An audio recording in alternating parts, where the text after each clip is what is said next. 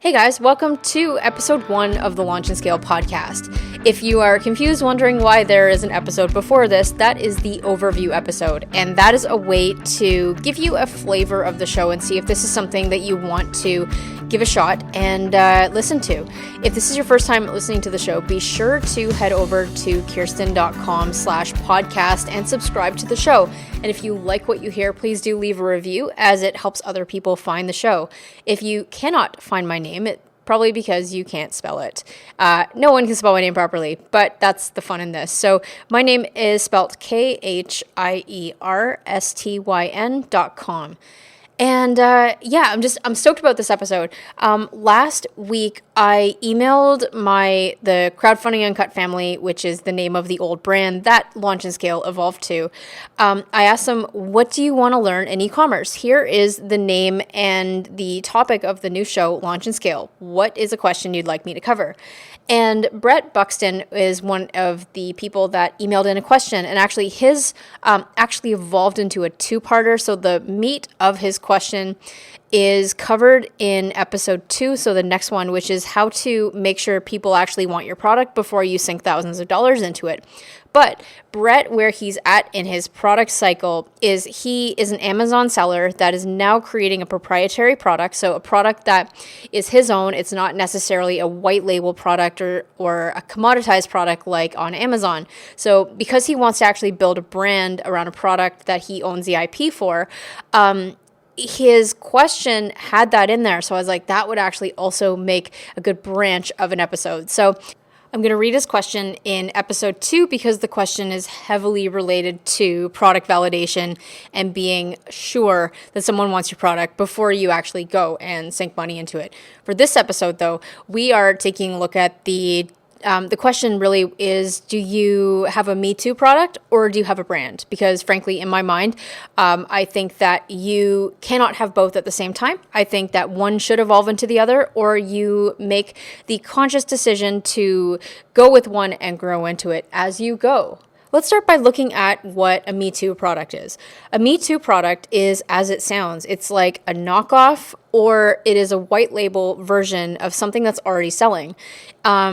If you are someone that wants a Me Too product, you would generally go to Alibaba, look for the manufacturer of that product, and then slap your brand name on it and then start to sell that product.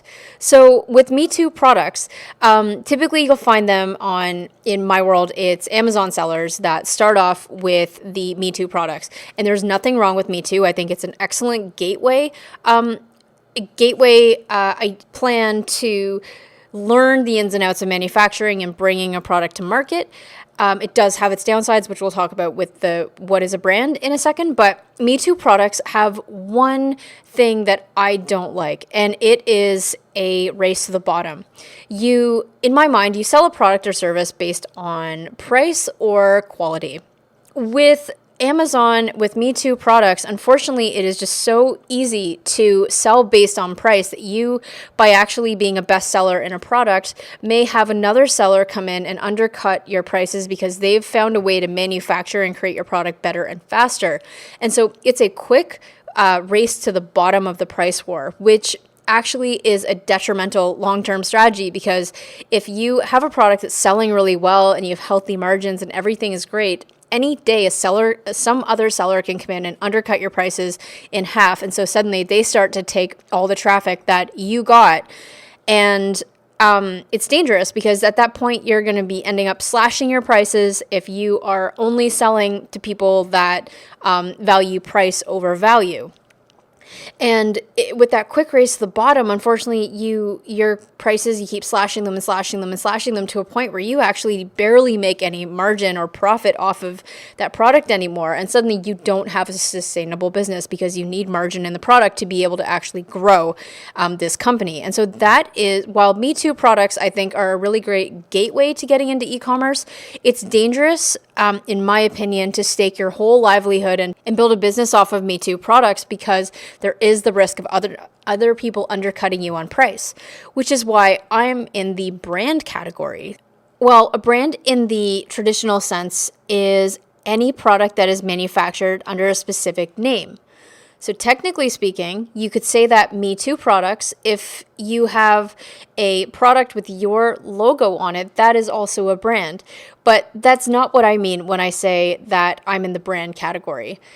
Brand and building a brand is by building a product with an associated name where that name has quality and perception of value behind it. So a name brand, for example, can be Bose. A name brand can be Mercedes. A name brand can be McDonald's, where those names inspire certain feelings inside of you. They inspire a certain image of quality behind it.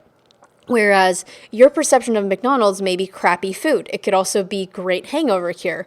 Whereas if you're someone who values quality and workmanship in a vehicle, you may not buy the Ford or the Toyota. You may go and buy the BMW, the Mercedes. So there is a different element of perception of value when you're actually looking at designing a brand for yourself.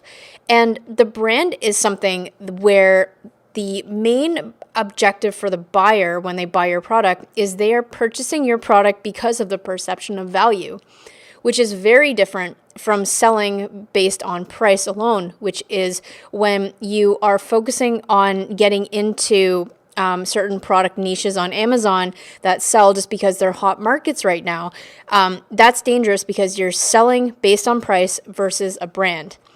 And when you have a brand, I associate with this with having your own website, your own name, your own customer service ethos, and you're really looking to have a premium product where you stand behind the workmanship.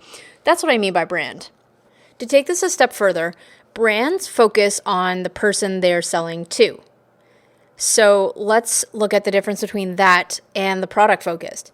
Whereas with Me Too products, if you are looking at white labeling something, typically the reason you're doing that is because you're looking for an opening in the market where there's a healthy amount of people buying but a low amount of competition. So it's a profitable niche for you. And at that point, you're making your decisions on the product purely from this thing is going to sell standpoint. And that's really where a lot of sellers get their start online. And while you may have a successful business off of that, if you're looking at building something more fast growth, long-term, sustainable, the way to do that is by selling to the person. So let's look at why that is. When you have, let's use the example of yoga.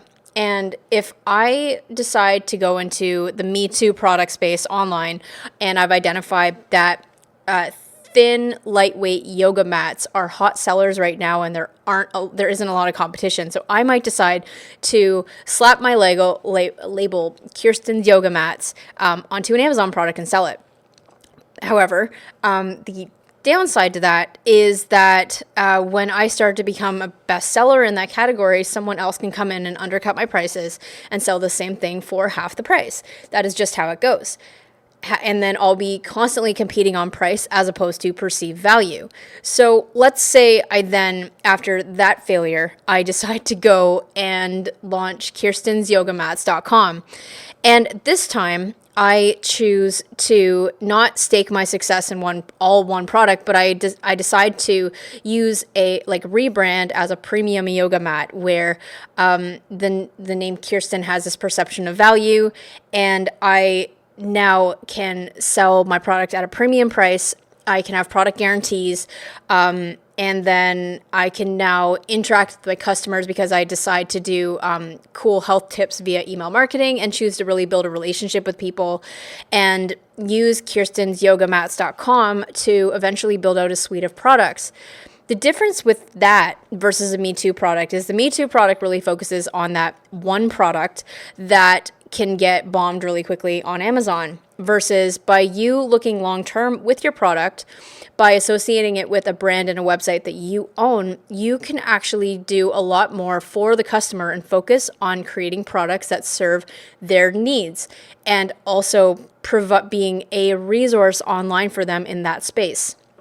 So when I say an online brand, that is the route I mean. And again, downsides are with the brand is that it takes some time to build up that trust and credibility. However, you are building your house essentially because you're building something that has longevity, something you own your customer list, and you are not at risk of, say, Amazon shutting down your account or getting involved in that price war on Amazon. So, I wanted to use this episode to really define the difference between Me Too white label commoditized products versus a brand, because ultimately Launch and Scale is about how to brandify your products essentially to give you longevity, to create something that you can sell, something you own, and something that truly serves the person that you are going after. So it really takes your product to a different dimension depending on really what you're looking to build with this thing and to see what the right method is for you. And hey, if you aren't sure what the right approach for you is, or if you want to talk about brand strategy and go to market, head over to kirsten.com/schedule, and you can schedule a strategy session with myself or my team. And again, to spell my name, it's KHIERSTYN.com/schedule.